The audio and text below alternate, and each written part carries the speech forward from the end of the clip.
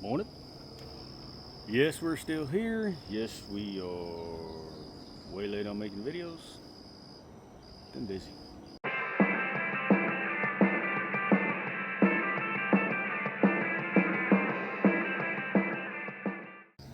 It's been way too long since our last update. Basically since we posted anything short, no matter what. And partly that's because it just rained forever. In fact, yesterday and today are the first 2 days in a row that it hasn't rained in several weeks. Okay. Anyway, enough about the weather. Today, we're out here working on the new, I say new, the replacement TJ tub. Got a few things to get into, so let's check them out. All right, so the first thing we had to do is when we set the body, or the tub, whichever you prefer to call it, both are correct. We set the tub down on the frame, the new frame. All of the body mount bolts were angled towards the back, okay? Now, we know that there's some damage to the firewall. We were told it's from where they were pulling an engine. However, seeing the three main body bolts all being bent at an angle, it looks like this thing may have been in a front collision and there was enough force that it shoved the whole body forward enough to bend those. Now, there's no damage on the back. I'm like down here showing you stuff.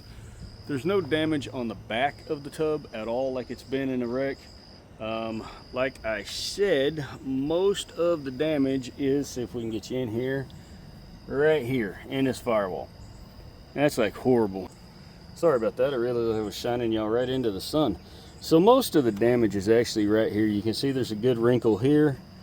And if I can get you down here, this should all be smooth. This is punched in.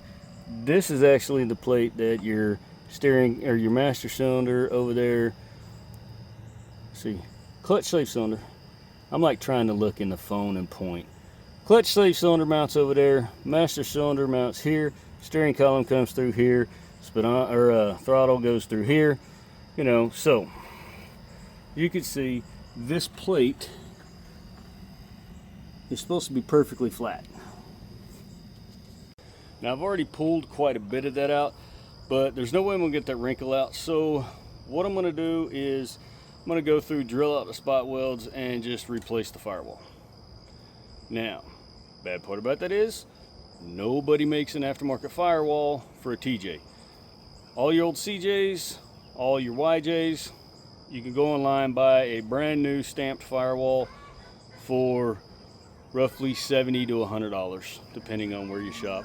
When it comes to TJs, JKs, JLs, I'm sure this part's non-existent. Well, you might be able to get it for a JL through a body shop, but for the most part, nowadays, if the firewall's damaged, they total it. We could cut this completely out and just go back with a brand new, fresh custom one, but I know that the firewall in the tub that was rusted out is still in a lot better shape than this one, partly. Driver's side of this one is damaged, passenger side of the other one's damaged. So there's a very good chance I can drill this one out, drill the other one out, split them in two and get one good firewall out of it. Maybe have to mess with the center hump a little bit, right over the transmission, behind the valve cover. But we'll cross that bridge when we get there. All right, so the concept here is really easy. You go through, find all your spot welds. Me, I like to go through, you can feel them with your hand real easily. Mark them with a Sharpie, then go through with a center punch, hit roughly to center. Then, oh, I took it out so I can show you. You take a spot weld drill. This piece kind of fits in the center of where your center mark was. As you're drilling, it will retract, and then your cutter comes out, cuts out the spot weld. That's about it. So, like I said, find the center of your spot weld. I double tap, you don't have to. I just always found it makes a little bit better mark.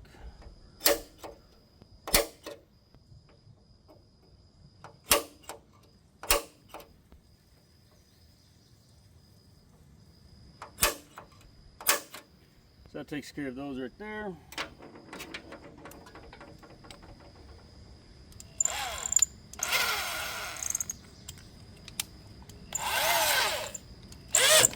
Take your spot drill. I prefer to use a corded drill when I'm doing this. Put that point right in your center of your spot weld.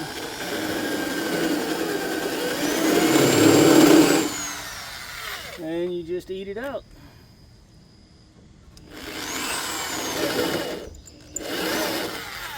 It's that quick.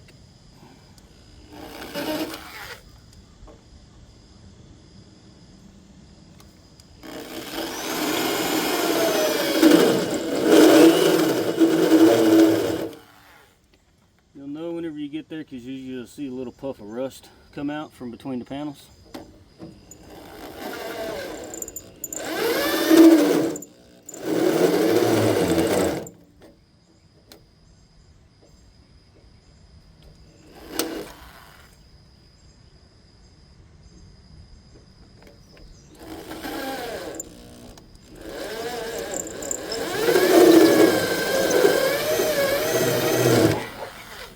You're not trying to drill all the way through it, you're just trying to drill out around the spot weld so that when you're done,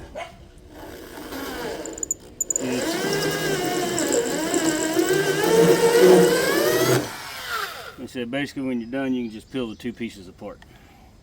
So that's those 5, about 200 more to go. Alright, so we have 12 more right through there to drill out. Finally getting back to work on the TJ. It's kind of hit and miss.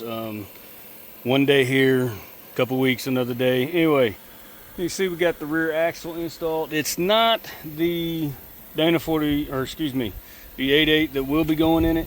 It is the Dana 35 that was in it.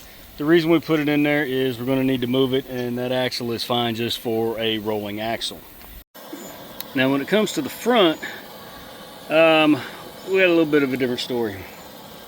You may remember the lower control arm was completely bent, like 100% destroyed. There you go. It's junk. Now, the problem was I couldn't get the bolt out of the axle. Alright, the frame side came out not a problem. The axle side had folded over itself. As you can see here, basically this entire bracket, I hope you're seeing that, I'm kind of like leaning over to film it, but this bracket itself, where it would go, should actually be straight. So what I had to do was I had to cut the arm in two basically and leave a little bit on there. Then I got the small propane torch out, burnt the bushing out of it, and then wound up using the my grinder and cutting the head of the bolt off and able to fish it out. As for the driver's side lower mount, once again, basically the camber bolt is rusted into the inner sleeve of the front lower control arm. So what I did, once again, I cut the control arm off, wound up cutting it into two pieces. There's one there, one over there. Cut the outer bushing there, down there. I'm using it to hold the torch up.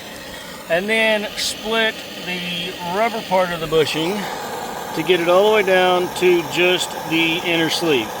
Right now, as you can see, I'm just heating up the inner sleeve. I've already had some penetrating oil on it for a while, trying to get it to loosen up, so hopefully I can take it out completely without having to cut it. If I have to cut it, it's not a big deal, but I'm not going back with these control arms, this axle, any of that sort of stuff in the long run, because the front of this is getting a high pinion 44 out of an old F-150.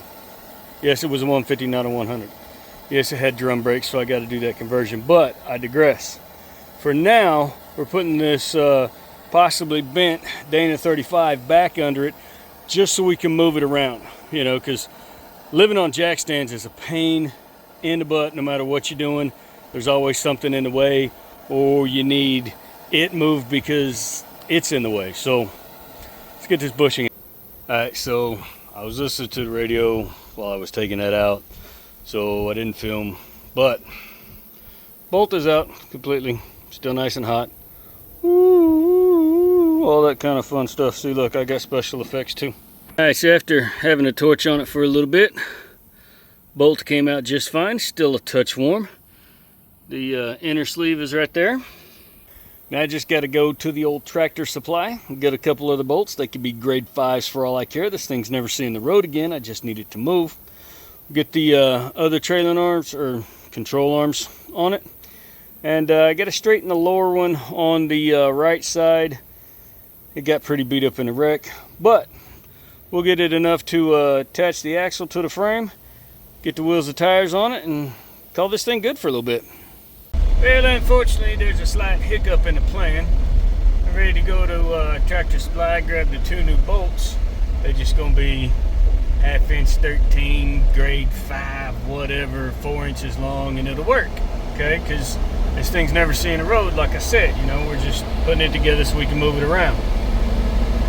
But on my way out the door, I get a phone call from Gus and Lily, and it appears as though they ran out of gas while waiting somewhere on something, and so special delivery, Mr. McFeely